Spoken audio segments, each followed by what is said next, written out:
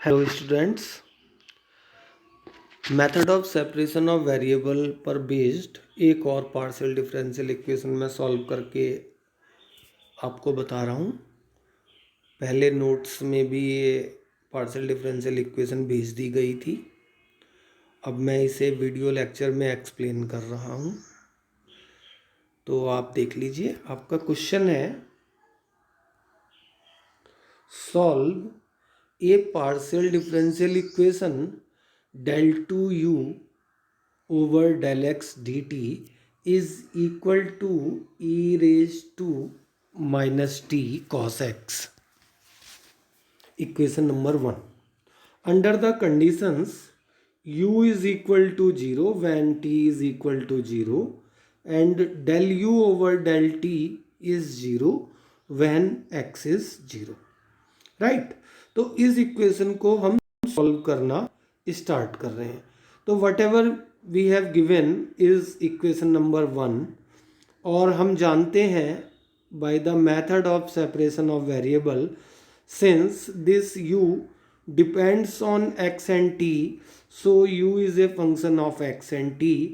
तो method of separation of variable में it is product of two functions. First function depend on x alone and second function t depends on t alone। तो यानी कि equation number 1 का solution method of separation of variable use करके equation number 2 है। तो u की जो value equation number 2 में हमने एज्यूम की है वो हमने इक्वेशन नंबर 1 में सब्सटीट्यूट कर दी हैं। तो देखिए क्या बन गया है। When I substituted xt for u, then it becomes del 2u over del x del t into xt is equal to e raised to minus t cos x। तो मैंने इसे डिफ्रेंशिएट किया है एक्स टी को, पहले x के respect में और फिर टी के रेस्पेक्ट में। तो ये एक्स डैश टी डैश हो गया है। इसकी एक्सप्लेनेशन भी मैंने साइड में लिखी हुई है।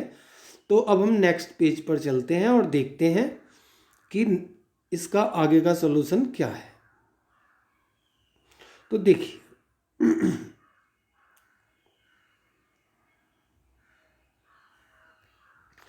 तो अभी हमारे पास में जो इक्वेशन बनी थी वो बनी थी x dash t dash is equal to e raise to t cos x. तो इसका मतलब है d t over d t into d capital x upon small x is equal to e raise to minus t cos x. हम इस method में x पे depend होने वाले सारे फंक्शन एक साइड में कर लेते हैं और t पर डिपेंड होने वाले फंक्शंस दूसरी साइड में। तो देखिए हमारी इक्वेशन सिंप्लीफिकेशन करके बन गई है e raise to T into D T upon d t equal to cos x upon d x upon x. तो t का function is equal to function of x। इसका मतलब किसी फिक्स पॉइंट पर इनकी कॉमन वैल्यू है। That common value is की equation number 3 में। तो इक्वेशन नंबर 3 के हम पहले और तीसरे मेंबर को और पहले दूसरे और तीसरे मेंबर को अलग अलग इक्वेट करेंगे। जो भी आंसर आएगा उसे हम देखते हैं। सबसे पहले हमने फर्स्ट और थर्ड मेंबर को इक्वेट किया है। तो ये बन गया है E raise to T into D T upon T is equal to K. तो हमें सॉल्यूशन निकालना है कैपिटल टी के लिए। तो आप देख लीजिए कैपिटल टी को लेफ्ट हैंड साइड में मैंने छोड़ दिया है, बाकी सारी टर्म्स राइट हैंड साइड में पहुंचा दी हैं। तो इसे हमने इंटीग्रेट किया तो मिल गया है T is equal to minus K E raise to minus T plus C one. Equation number 4 में टी का सॉल्यूशन मिल गया है। अब हम देखते हैं सेकंड और थर्ड टर्म को इक्वेट करेंगे तो देखते हैं क्या बनेगा। तो हमने जैसे ही सेकंड और थर्ड टर्म को इक्वेट किया है तो ये बन गया है cos x upon d x is equal to k. Capital d x के लिए सॉल्यूशन निकालना है तो वो मैंने एक साइड में कर लिया है, दूसरी साइड में सारी बची हुई फंक्शंस कर लिए हैं। तो ये बन गया है इंटीग्रेशन करने के बाद में capital X is equal to 1 upon K sine X plus C2, right. तो चूंकि हमें x का भी सॉल्यूशन मिल गया है और t का भी सॉल्यूशन मिल गया है तो method of separation of variable में x का जो सॉल्यूशन है वो कैपिटल X और कैपिटल T का मल्टीप्लिकेशन है, इसीलिए मैंने x की जगह x का उल्टा लिख दिया है, इसे मैं सही कर रहा हूँ। t की जगह मैंने t का सॉल्यूशन लिख दिया है और x की जगह मैंने x का सॉल्यूशन लिख दिया है। तो इक्वेशन नंबर 6 ही आपकी इस इक्वेशन का सॉल्यूशन है।